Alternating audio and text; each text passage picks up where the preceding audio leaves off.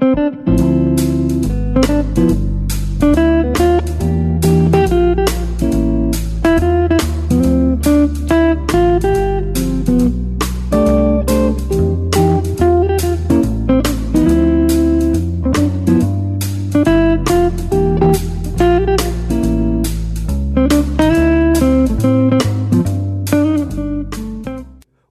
to the Living to 100 Club podcast. Here's our host, Dr. Joseph Cassiani. Well, hello to all of our listeners today joining us on our podcast. You're listening to one of our Successful Aging episodes this month on the Living to 100 Club program, and I'm your host, Joe Cassiani.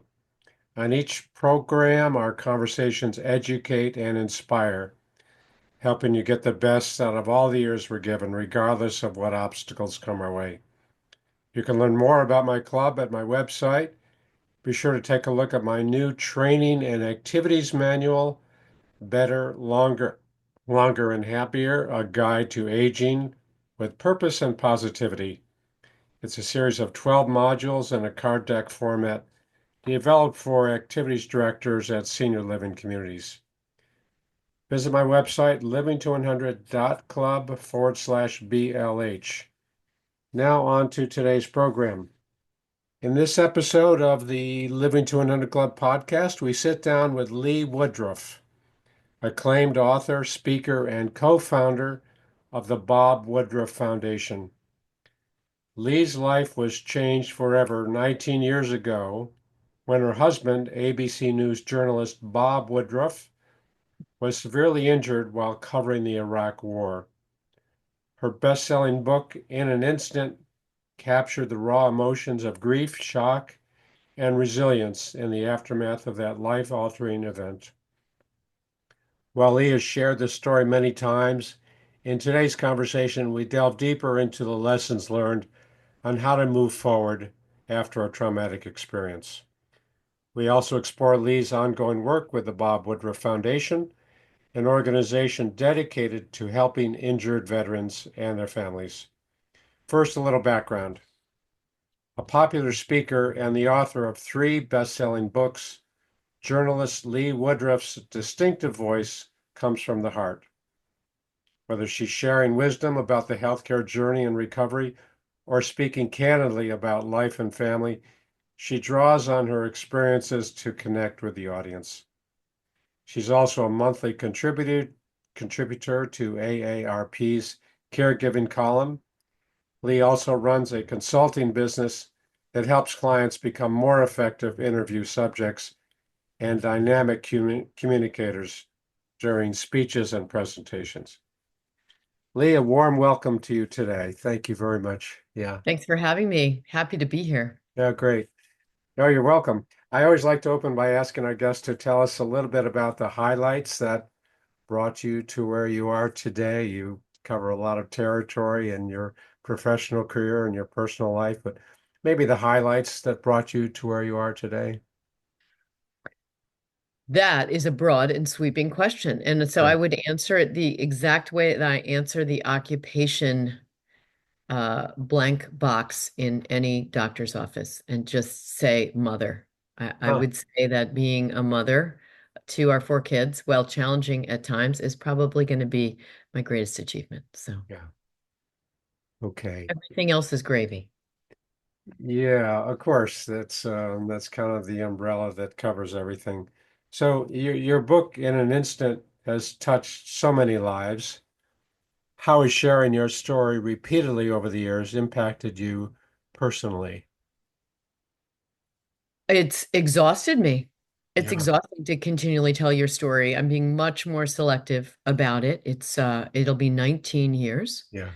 And the only reason that I'm still doing it is that stories connect people and they help people cope with their own issues in life. And because of the Bob Woodruff Foundation, which I know we're going to talk about a little bit later, Sure. I have the opportunity to remind people that those who have served and continue to serve, and we're not seeing wars front and center with troops coming back injured. So that's not a reason to forget these young men and women who are aging with injuries and whose lives have been forever changed. So that's how I kind of keep going, because I'm so sick of hearing myself talk.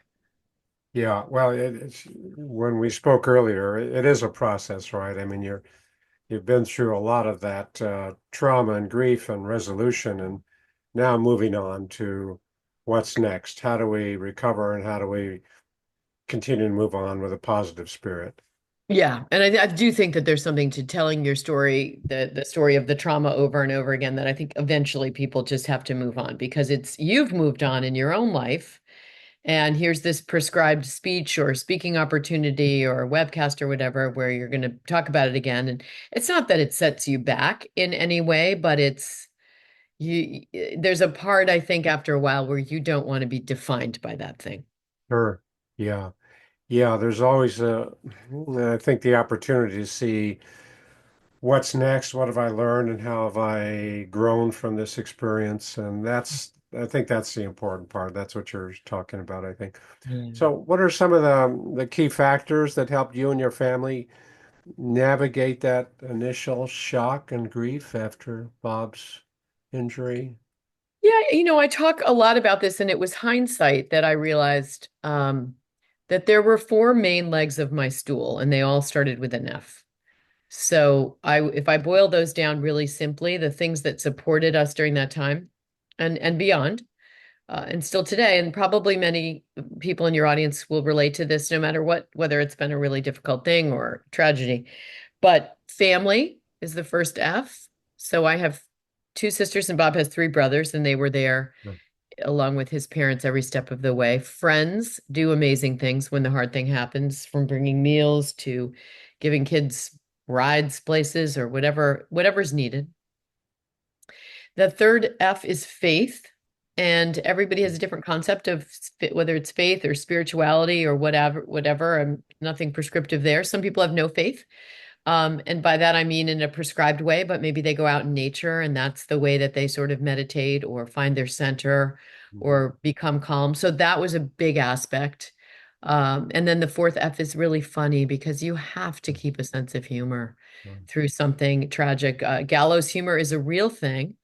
And Mm. it was invented, I believe, because if you can put something in a box and you can feel like you have control over the bad thing, then having control over something when you feel out of control is a really nice tool to Yeah. have in your pocket. Yeah. Yeah. Important ingredients. I can see that. And funny, it's a little bit irreverent sometimes to Absolutely. get like Always that. irreverent. I'm always irreverent. So I will keep it clean on this podcast. But yeah, Yeah. Yeah. Sure. yeah. Yeah. So really good ingredients there. I could see that family. And you also were raising your children, right, during this difficult time over 19 years. And children coped, I'm sure, but it was very stressful on everyone. Yeah. Yeah. And Mhm. I think our kids were different ages. They were 14 and 12 and then 5 and 5. So different information flow and level of information for different kids. Mm-hmm. Yeah. And trying not to give kids too much information, only what they would ask. I sort of learned that early on. Just Uh-huh. because they ask a question doesn't mean you have to answer it from A to Z. And you keep Mm-hmm. it short, you keep it tight, and you let them know that you're okay for the most part. You can be sad and you can be angry and you can have all those emotions. They need to see that those are real. But without getting in the weeds and making, I think there are certain ages where young children feel responsible for caring for you. And that was a place that I didn't want to be. Yeah. Yeah. To be strong, but also vulnerable and to reassure them that you're there for them and their own, thoughts and worries and fears. Yeah. So I know resilience is a big theme in your story, and we hear a lot about resilience. And I believe we all have some degree of resilience inside, even though we feel it's gone or it's used up or it's not accessible. And we call it resilience. I think it's spirit or energy or grit, whatever we want to call it. How has that affected you, and what advice would you give to others facing similar life-altering events from a resilient point of view? I mean, how does the resilience come into the picture? It's such an interesting question because it is such a buzzword today, and people talk about building it as a muscle. And I don't know that I would be able to prescribe how one does that because you certainly wouldn't want to have multiple tragedies to make your muscle stronger. Yeah. I think for me, it was when I first got the news, there was a physical component to that. So I got off, any kind of alcohol. Not that I was a big drinker, but I knew that those were things that would slow me down. Mm. I started eating extremely healthy. I've always been a decent eater, but I just really kept to protein and vegetables and things that would fuel me. Um, Gave up caffeine, interestingly Mm. enough, not sure why, but did that. So there was that aspect of the resilience that if I could keep my physical body strong, the mind-body connection. And then I guess the only way I can describe, well, first of all, you find out what you're made of when something happens instantly. You find out what kind of person you are in terms of responding.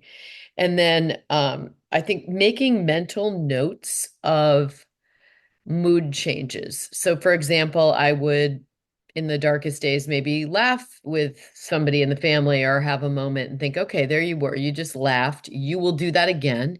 You may not feel that way right now, but you will not feel this way forever. This is not a sustainable emotion, and it will have to get better. And better doesn't necessarily mean that he's going to heal and be exactly who he was, but better is you will ultimately get to a place where you have to process this Yeah. and you have to move through this because you have a life and you have 4 children. So that's not going to work for everybody, but for me, I was taking mental snapshots of feeling better at times and reminding myself that this would be a slow process, but that this would happen. Mm. Even, God forbid, if Bob died, then Mhm. you go to the lowest place there is, and all you can do is come back from it. Staying Yeah. there isn't really an option. Yeah. Yeah, it is all about adapting, I think, whatever comes along, and there are different ways to adapt and adjust. But yeah, so that's some good advice. Physically taking care of yourself, mentally taking care of yourself, and having that belief that you can make it through this. And yeah, we're going to hit tough hurdles, and I say there's always going to be challenges and potholes in life. It's never a smooth road. So yeah, we come to grips and we continue to move on. Can you talk about the process of finding a new normal? I mean, I take it Bob is now pretty much recovered, as I recall you're saying. If you don't mind my calling him Bob, and was there a new normal? Coming to grips with all of this and Yes, if you talk to anybody who's had a head trauma in their family, there are very few people who return exactly the way they were. Mm. So Bob would tell you that he, has aphasia. So he'll search for the word from time to time, and he's so guileless about it. It's kind of wonderful. He'll just say, "Oh, that's my brain injury. I can't find the word." But he's such a smart guy, he can often find the synonym. So I think it's accepting the things that are different. That's by probably the difference between someone who's got a good recovery and not. I think there are people who won't accept that there are changes. It's a little bit like aging. You see people like, I can't believe I can't ski like that anymore. Well, no, you're 70 years old. Of course you Mm. can't. And so I think acceptance is a huge part of this. But I mean, he really has recovered miraculously. Yeah. Yeah, that's great. And I know we want to talk about the Bob Woodruff Foundation. Can you tell us about this? How did you happen to get it started, and what's the mission? Yeah. So back in 2006, when this happened, the letters TBI meant nothing to me and most Americans. And that's because soldiers with these kinds of injuries in previous wars didn't survive. So I've been told so frequently that if Bob had had the injury he had and it had been Vietnam or even, 6 years earlier, he probably would have passed away. Mm. And honestly, his injury was so severe that at the time, if there had not been as empty an ER as there was, they would have done, what's called triage, obviously. So they would have put him to the back of the line Mm.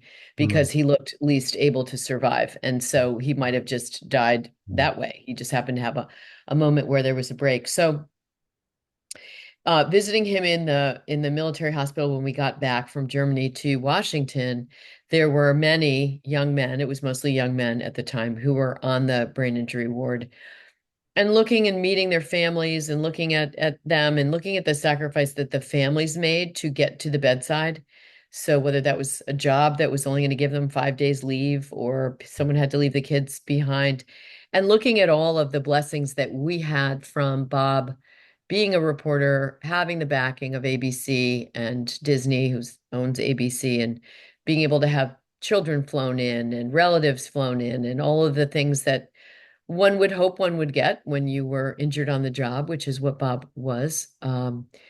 We just looked around and we thought, these folks are getting the same care Bob is, but when they leave this hospital, this acute care hospital, and they go back to Wisconsin or Nevada or, Florida, their VA hospital may be a 3-hour drive away, and Mm, that burden is going to be hard. So we just said, if Bob recovers the way that we want and hope, we need to do something with our story because we got such a ridiculous amount of attention for, Bob being injured and all of that. And it just felt like when you can use your story to do something and help somebody else, that was important. So mm, we started the foundation, we wrote a book, as you said, and went on book tour and traveled around the country. And both of us are journalists, so we were also covering this issue.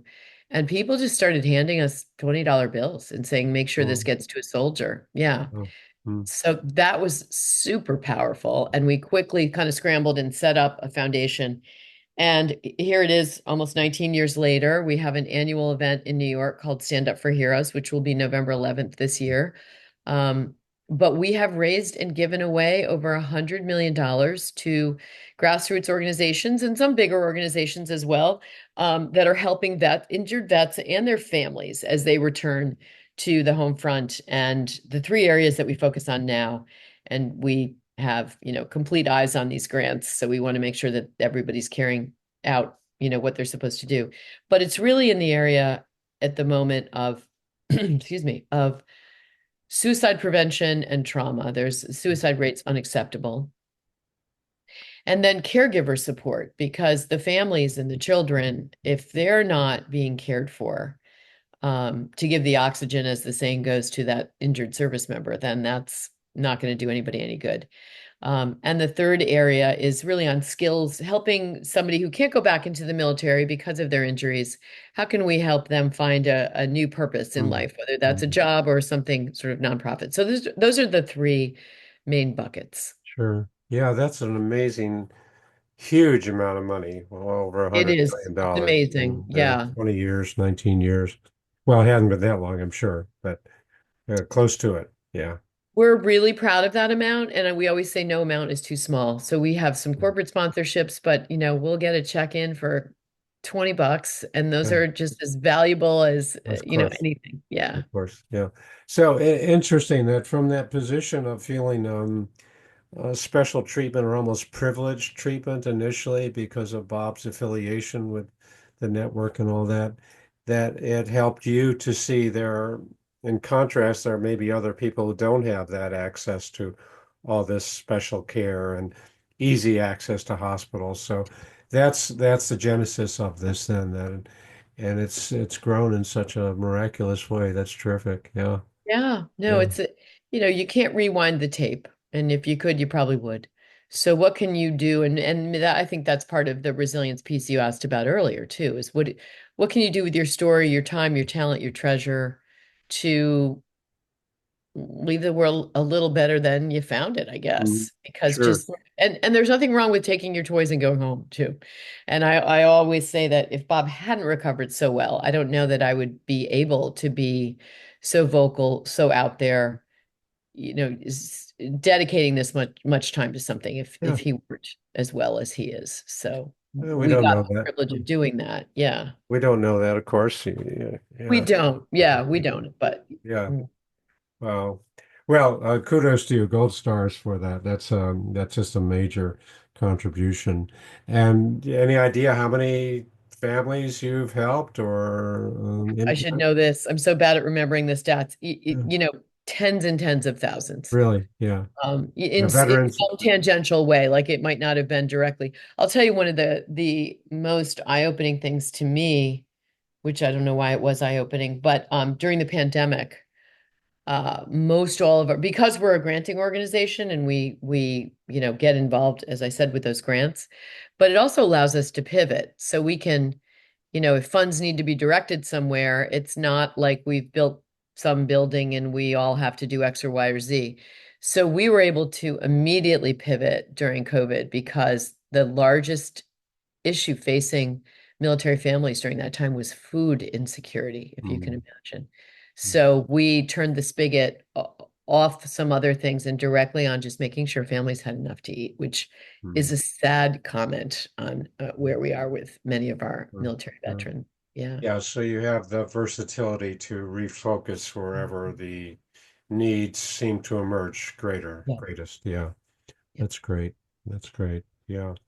So, I think this is important information for our listeners because you are juggling a lot of things. You're having to maintain a professional career, working on this enormously important foundation, raising children. How do you balance all of these things and still finding time for yourself and personal growth? I think this could be helpful to our audience. Yeah. I think the most helpful thing, and I say this all the time, is there is no balance.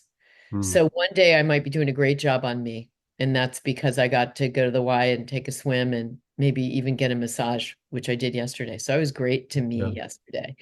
Yeah. Today I'm strapped in this chair on a lot of Zooms. So I'm not so great to me, but I'll be great to my income for this month, doing my paycheck work. So I think it's forgiving yourself. There is the concept of balance to me is just, it Yeah. doesn't exist. Yeah. Are you doing the best you can that day, Today. each Yeah. day? Yeah. And if you're not, that's Yeah. okay too, because then you just go to bed and you wake up and you've got another day to try to get it right. I think women, especially, are fed this notion that there's some balance, and there couldn't be more hats, I think, that women wear. Not, Mm. and that's not a zero-sum game against men. I'm just saying that women who are actively in the household and working and raising kids and keeping the schedules and making the doctor's appointments Yeah. and holding up all those plates, I think often beat themselves up too much. Yeah. Yeah. Yeah. It's easy to point the finger and say I should be doing it better. And yeah, I like that idea that there is no balance because things do change, and there is that notion that I think I'm doing okay, but if I'm not, I'll do better tomorrow. Yeah, Hmm. yeah. Or what can I do tomorrow that I didn't do today? Or what did I do today that I didn't do yesterday? Always looking for a little measure of improvement, but being okay when it doesn't happen. Yeah, that's Yep. an important message. Yeah. I think the other thing is people have different percentages of what they need. So Mm. some people just need some introvert time. They Mm. need to just meditate and chill. Yeah. Yeah. I'm one of those people that can't just sit and watch Netflix, or rarely. I Yeah. need to be folding laundry at the same time or something like that. Makes me happy. I don't know Yeah. why. Okay. Okay. So I think it's forgiving yourself, but also knowing yourself. Hmm. Yeah, and I'm just thinking about that monthly newsletter, not the newsletter, but the book summary that you send out. I love you. I mean, you must do an awesome amount of reading if you cover all those books. Yeah. So funny. I was somewhere with a bunch of writers last night and they were asking, I read really, really fast. Uh-huh. And I'm also able, books come to reviewers ahead. So you Hmm. usually get like a 3-month lead time. So Hmm. I'll read that book and I'll do the report. And then when January comes around, I've already got 5 or so books in that month. So, well, it's still probably the math works out that it's the same amount. That's something I really enjoy. Reading is a Yeah. relaxer Yeah. for me. Yeah. Yeah. That's your me time. Yeah. That's my me time. Yeah. Yeah. Good. Good. Good. So let's talk, just touch on your consulting business. It focuses on helping others tell their stories. Are there some common challenges that you come across that people face when they're trying to come to grips with themselves and then share their experiences and strengths? How do you help them? Shorter, more concise, less words. People Uh, talk too much. People Yeah. talk too much. People Yeah. talk too much. Yeah. Uh, It's very hard to see your own story mm, objectively. So that's why you often need an outside person. But concise wins the day, brevity. Think about advertising repetition too. But I think the person that can tell the short, impactful story wins. mm. Our attention spans are getting shorter and shorter. Oh, sure. Yeah. We want some So if immediate you can relief. do Yeah. it in 15 instead Yeah. of 30, you Yeah. win. Yeah. Yeah. I like that. So the verbose, outspoken person who goes on and on isn't necessarily the most effective one, If right? you're on Yeah, paragraph 4, we're on our phones, is what I yeah, say. yeah. Yeah. Well, that's great. That's great. Okay, just to look at wrapping up here, moving on after trauma is easier said than done. So, what mindset shifts have been the most helpful for you in moving forward? I know we touched on them, but maybe just to recap, what's Mm. helped you to move forward and keep opening new doors in your future? I think it is that sense that whatever bad day you're having, there'll be a good day. And Mm, again, having lived long enough, I'm 64 years old. mm, I've had enough bad days chased by good days chased by bad days to just be able to tell myself, hold on, and you'll feel better. And there are so many things at this stage in life that are scary. You start seeing people die and in everything from cancer to heart attacks to, I mean, my gosh, we just had two friends who just took falls and ended up with pretty serious head injuries. mm, So you feel your own mortality, and that's a scary thing. And you were sort of fed these golden years kind of philosophy, mm, which is, bull crap in so many ways. mm, Not that the years can't be bright and beautiful, but there's so many aspects to aging that are still shocking, right? That, oh my gosh, I mm, can't do that anymore. Or, oh, my knee hurts. mm. Or, Yeah. I'm losing my hair. And we're in an age where we can talk about those things. And I think for women, one of the great conversations that's been opened up is the conversation around menopause, because no one told anybody anything about that. And then you just hit your own version of it and, have some silent, fresh hell of your own. And I love seeing the fact that younger women are talking about these issues. Mm, And I think that's the beauty of where we are now, and recognizing that people in this stage of life have wisdom and wisdom to share. mm. Yeah. Yeah, it's so easy to focus on what's wrong Mhm. and getting lost in those, as you say, the bad days, and things just are terrible and they're never going to improve. And, we can always find the good things too. We can always find what's right. And it's so easy to focus on what's missing, what's wrong, what I don't have, what I can't do. Let's focus on what we do have, what we can do, what's still good for us. So I think that's important. I was doing a call once with a group of seniors, and one of the gentlemen said, I hear a lot about these golden years this, golden years that, and I keep waiting for the golden years. I don't see them yet. Yeah, So I thought for a second. I said, I said, you've got to be the golden years, whatever you think those golden years are, you've got to be it. Don't wait yeah, for it to come knocking at your door, because you got to go after and find those things that offer you that inspiration and energy and you know feelings of golden years, whatever it is, because it's different for everybody.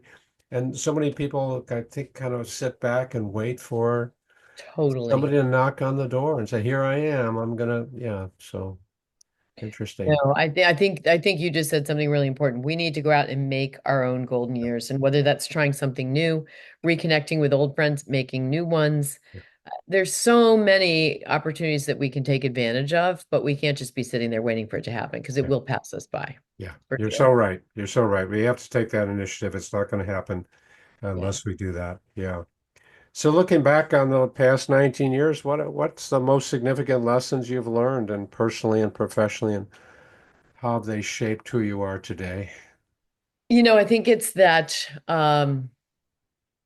couple things. There's no glide period. I think I was also raised with this feeling of, you get through your 20s, and then once you're kind of settled and you know who you are and you're married and you have your kids, like life will have no problems and life will be just fine. But just the sense that there is no one great decade. Hmm, Again, it's that you make your decade, and if you look at things in 10-year increments, you're probably going to fail because there are a lot of little and big, good and bad things that happen throughout life.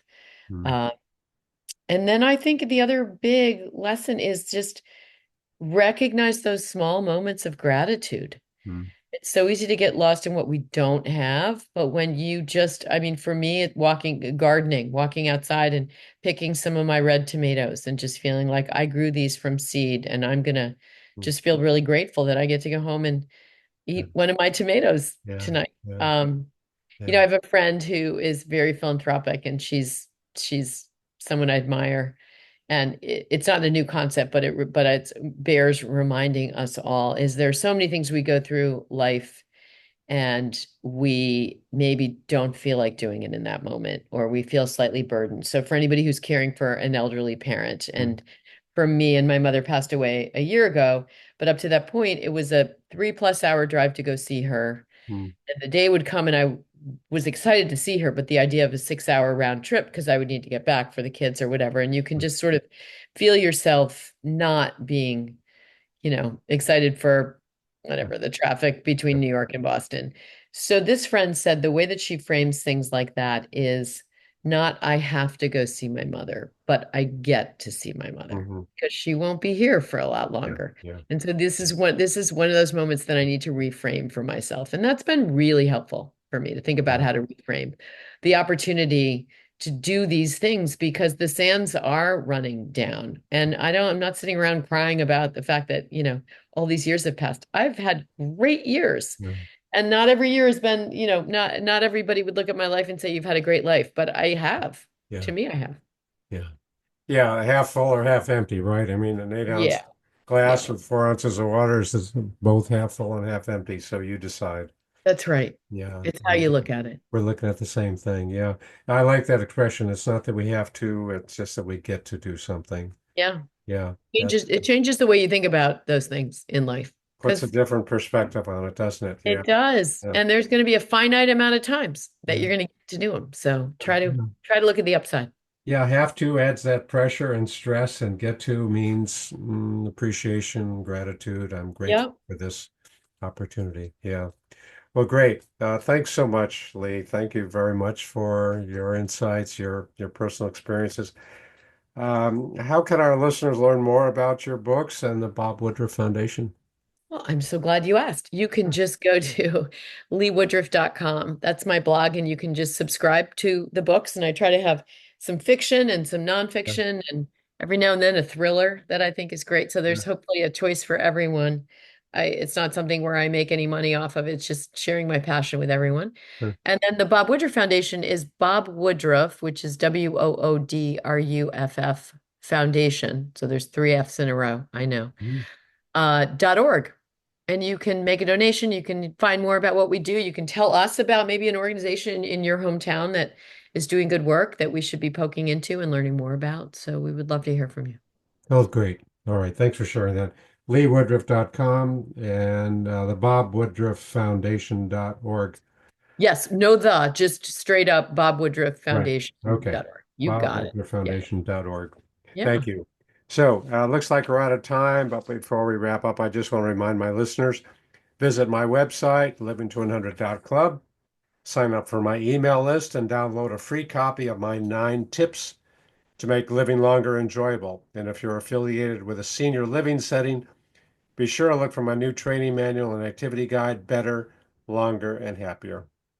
Lee Woodruff, thanks so much for being a guest on our show today. Much I appreciated. really enjoyed it. You're a great interviewer. Great. Well, thank you very much. Thank And thanks you. to all of our listeners for tuning in. Hope to see you next time.